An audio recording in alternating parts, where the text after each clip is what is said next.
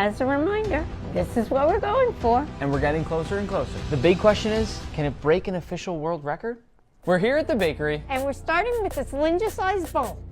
We're starting with some oil. Next, some sugar.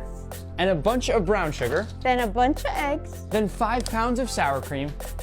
And some homemade vanilla extract. Now we'll lock it into our giant mixer.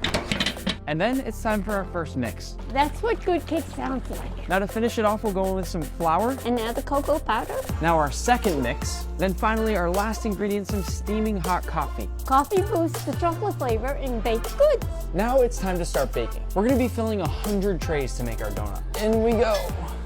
30 minutes later, our cake is done. I got hands of steel. After lots of baking, we have a Linda stack of cakes. I think it's time to assemble. This attempt will be judged by Brittany, a Guinness World Records adjudicator. We also have Dennis, the health inspector, to make sure that the food is handled properly. The challenge today is time. Nick and Linda, you have 8 hours to finish this cake, or I have to disqualify you for food safety reasons. I don't make the rules. You do make the rules. This is the footprint of our giant donut we'll be making today, which, if we pull it off, will be the equivalent of 1,500 regular donuts. All the sheet cakes have been cut in half. But our first step is to cover the base with buttercream frosting. Once we have our first layer of buttercream, we'll start going down with our cake. Each layer of our donut is going to have 6 sheet cakes. We're going to be trimming this down later to make sure it looks perfect, but for now we can break off the edges, throw it into our bucket. None of this cake today will be going to waste. We'll be donating all the food through FarmLink later on today. The first layer is done, and then we're going to repeat it 10 times. After chilling the donut for 1 hour, we added the next 3 layers onto the cake. Just so you know, in order for this to count as a new Guinness World Records title, the donut cake has to be at least 1 foot high. Let's hope it's 1 foot high. We're finally putting on the final layer of cake. But the big challenge right now is that we're up against the time. We're a little behind schedule and we got 3 hours to go. Our stencil is on top, meaning we want to carve off this part right here. Linda's going to be catching all those cake scraps so we can eat those later. Time's ticking, we only got 2 hours left.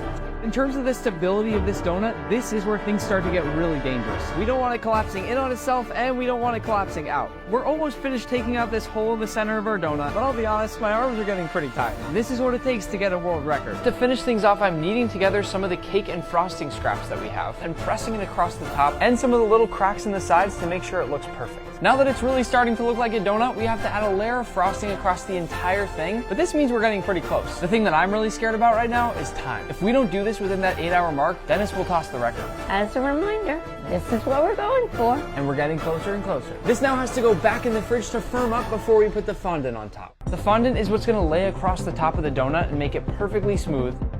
And after we've rolled out our first slice, we'll lay it carefully and gently over our donut. Wax on, wax off. Now that our fondant is all laid out, we're in the home stretch.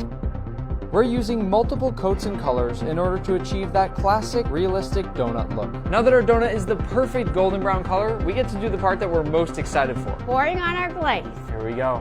We're gonna go all around the top of the donut and let it fall however it wants to. We also have to make sure we keep this as even as possible, giving us the perfect frosted donut. Linda, this is probably one of the most satisfying things I've ever seen in cooking. Our frosting is done, and these are the sprinkles that are gonna complete our donut. They're made out of fondant. At this point, it's time to channel our inner Salt Bae and add a bunch of sprinkles to finish it off. I've got to use a special strategy to hit it from the side, too. We've definitely made the biggest donut now, but one question remains. Is it official?